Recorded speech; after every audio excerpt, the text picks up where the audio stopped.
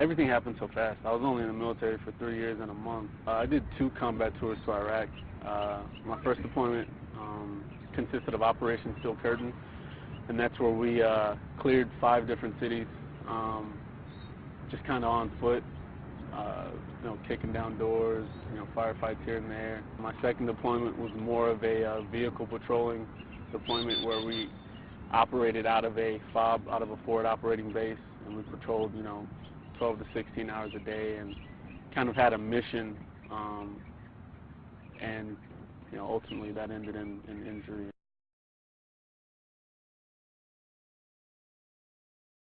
The events that happened to me on both tours weren't traumatic until after I was out of the military. Then when I got home, I could look back on all the things that happened, and it was just like, wow, and it hits you like a ton of bricks, and I spiraled downhill for a really, really long time. Diagnosed as soon as I got out. I don't think that I really realized how bad it was until 2 events. I worked at the University of Phoenix, and we did a team builder on 2 occasions, and on the first occasion we went bowling, and I remember it so vividly that a friend of mine, I was talking to her with my back to the alley where people were bowling, and she looked up at the screens above my head, and it was her turn, but her facial expression was like, oh, it's my turn, and to me, so many times I see that facial expression on people when, it's like a duck situation or look out behind you situation, and I literally dove on the floor and was ready to, kind of engage like an enemy target. And everyone just kind of looked at me, and it was really embarrassing, and my heart was going 1,000 miles an hour, and there was just so much emotion just in that one moment. I was comfortable the whole time, which is rare, and for a really long time I could actually just sit back and relax and not really think of much, and that hasn't happened in a really long time. I usually have a million things on my mind. Even though I look calm on the outside, inside there's usually just a lot going on. Lots of nightmares. Those are the worst.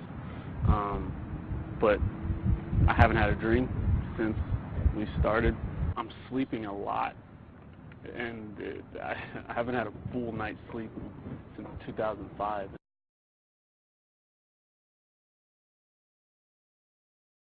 I noticed that you responded fairly quickly in most areas, and as you were responding, it matched up very well with the way that you were feeling.